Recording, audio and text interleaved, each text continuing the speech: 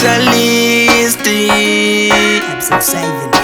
Mweya kandigara ndewa Mwari, mweya wekutsvaga mari, kwete mweya weushamwari, nekuti ini handidye ushamwari.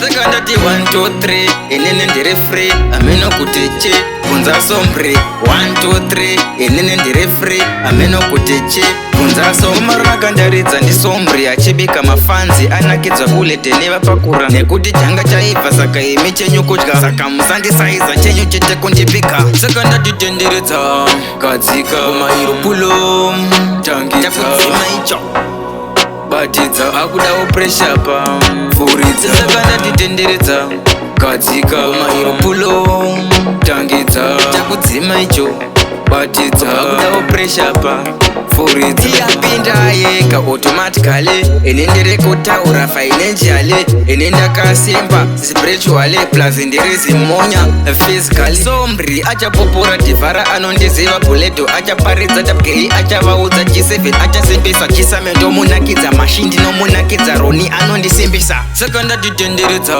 kadzika kumairo pulo tangidza chakudzima icho batidza akudawo pressure pa furidza. Saka ndatitenderedza kadzika kumairo pulo tangidza chakudzima icho batidza akudawo pressure pa furidza. Handitambe navo, ndakutamba ndega.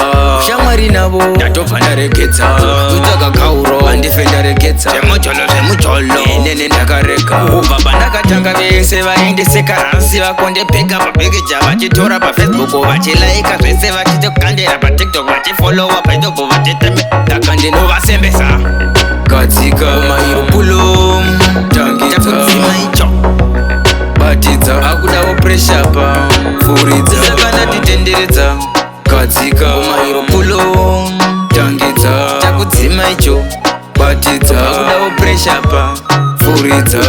Ngenze njani ineni ndoda life iri beta, ndoda wene kufamba nemota. Ngenze njani ndaneta kuenda town ndetsoka, ndichidzoka pasina chandatenga. Ngenze njani kuti ndite life mumuvi, nditembe ngatu replace kinimbi. Ngenze njani kuti nditendege unaini, ndidye pizza every morning. Ngenze njani iwe sombri ndiri kubvunza, inene ndatambura.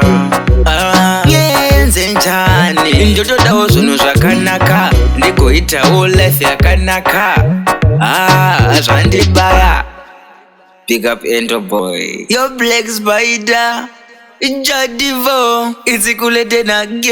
Ngenze njani.